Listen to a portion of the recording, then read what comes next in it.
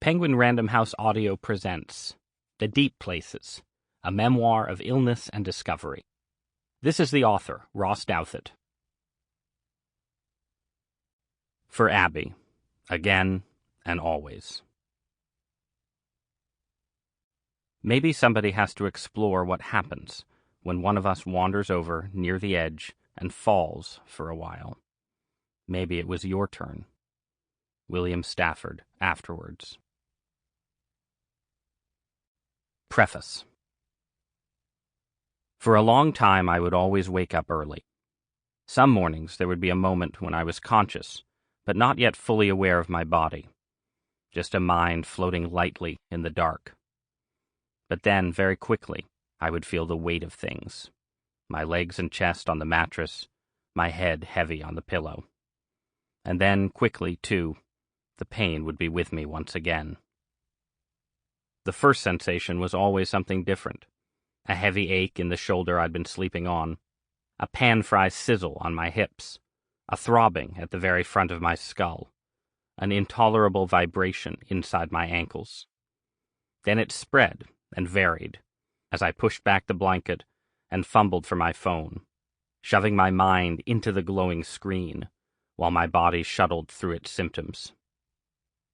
Sometimes I would lie in a cramped position, scrolling Twitter, picking up fragments of news, chasing threads of arguments from overnight, letting the pain work through my limbs and joints, watching the clock slowly creep toward 5 a.m. That was on a good morning. On the bad ones, I would be forced up quickly, staggering to the bathroom, leaving Abby to sleep, I hoped, in a snow fort of blankets on the far side of the bed. The house was old, so very old, but the bathroom was new. An expanse of tile, a shower like a grotto, a his and hers sink with drawers for both of us below a sweep of mirror.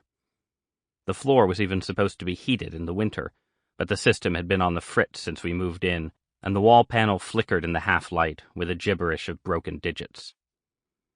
I moved around the room like an acolyte tending to different altars, now planted on the toilet or hunched over it, now leaning heavily on the glass door of the shower, now standing at the sink, staring at my haggard, puffy face.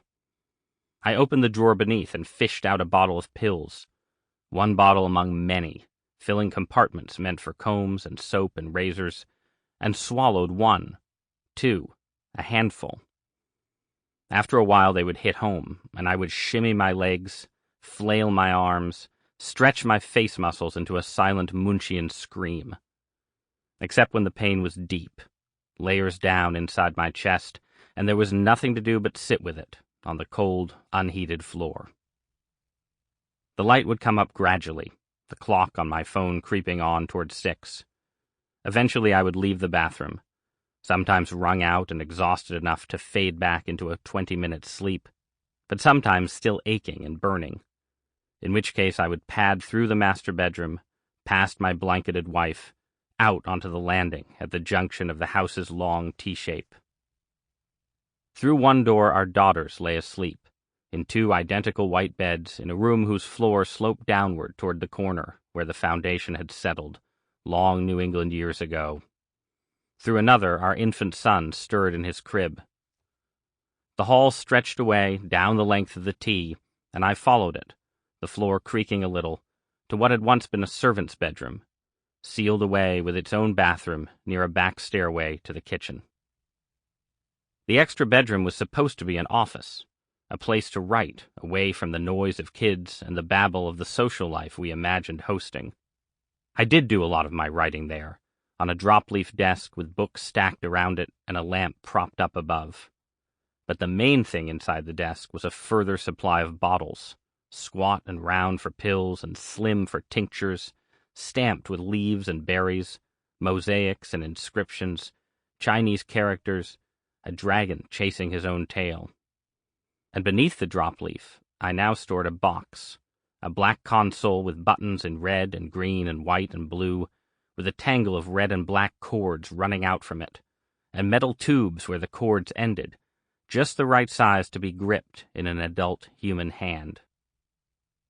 On either side of the desk were windows, old colonial frames with slightly mottled glass, looking out and down, offering a view of the landscape in the soft gray morning light. Just below was a wide flagstone patio with a little lawn pasted in between a white garage and stone steps leading leftward toward a pool. Then the lawn reached a picket fence, beyond which the ground fell away in levels, first a spill of boulders, then an overgrown path, then another drop to a field that went red and brown all winter but came back green with spring. I could see tall grass and cattails rising from a damp, low-lying patch before the pasture climbed to a granite knoll and a single ash tree, a sentinel of the woods that waited just beyond. The light spread and the landscape brightened, putting on its taunting beauty once again. I bent to the desk, gripped the metal tubes, and turned on the machine. Chapter 1. A Dark Wood. I always wanted to move back to New England. My wife and I both grew up in Connecticut, Abby in a green town just far enough from New York to count as the country, me in the rust and brick and Gothic of New Haven. My mother's family were Maine Yankees from Puritan stock with a solid 3-century history of staying put in chilly soil.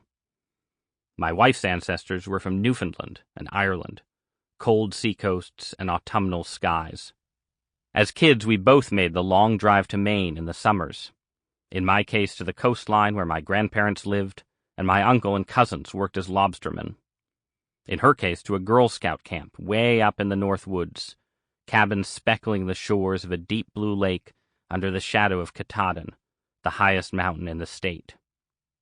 So living in the humid marshland of Washington, D.C., where we ended up together and married in our 20s, always felt like a mistake. The Mid-Atlantic was almost like the Northeast, but just slightly different in its temperature and color schemes, more sweltering in the summer and less vivid in the fall, with more winter rain and June warmth than our remembered childhood worlds. I would have preferred a stark contrast, the prairie or the Rockies or the Californian chaparral. Instead, the resemblance just reinforced our mutual homesickness for deep woods and colonial houses, birches and evergreens, old stone walls and blizzards. Then we had children, 2 daughters 2 years apart, and the drives back to see our families became harder, the nostalgia more intense. We lived in Capitol Hill, 10 blocks from the Capitol Dome, in a small row house in a gentrifying neighborhood. But once we had the kids, the house felt tiny, the frequent terror alerts exhausting, the beltway traffic between IKEA and Bye Bye Baby grueling. When we looked to the future, to more children and more space, the local school environment seemed punishingly competitive, an enemy of childhood. And the prices in the D.C. suburbs for houses that we didn't even like were utterly insane. I had a romantic idea of the alternative. My own parents had grown up in beautiful places, my mother in a farmhouse on a saltwater cove, and my dad near the beach in Santa Monica. But when I was young, they ended up living in a blue-collar corner of New Haven, in a ranch house neighborhood that didn't measure up to their memories of natural beauty. My mother pined for rocky coasts and spruce trees and high blue skies. My father missed the smell of eucalyptus. So I inherited an idea about land, beautiful land, as something intimately connected to the good life, yet always tantalizingly out of reach. But by the time I turned 35, it wasn't out of reach anymore. Our row house, bought after the financial crisis, had appreciated absurdly in 4 years. I had a job as a New York Times columnist, a lucky opportunity, a dream job, that basically allowed me to live anywhere, so long as there was an internet connection and a way to fly or ride to Washington and New York. Many of the young families we knew talked about fleeing D.C. for their hometowns, or settling in some small, livable city, or even buying a Virginia farm. But for us, the temptation was particularly sharp. We wanted to have another baby. My wife had just left her magazine job to write her first book. Why shouldn't we blaze the trail, make the fantasy real? So we began taking the possibility seriously. We followed Connecticut real estate listings with an increasing obsessiveness, And whenever we headed north to visit our families, we made time for long drives through the country. Sample complete. Ready to continue?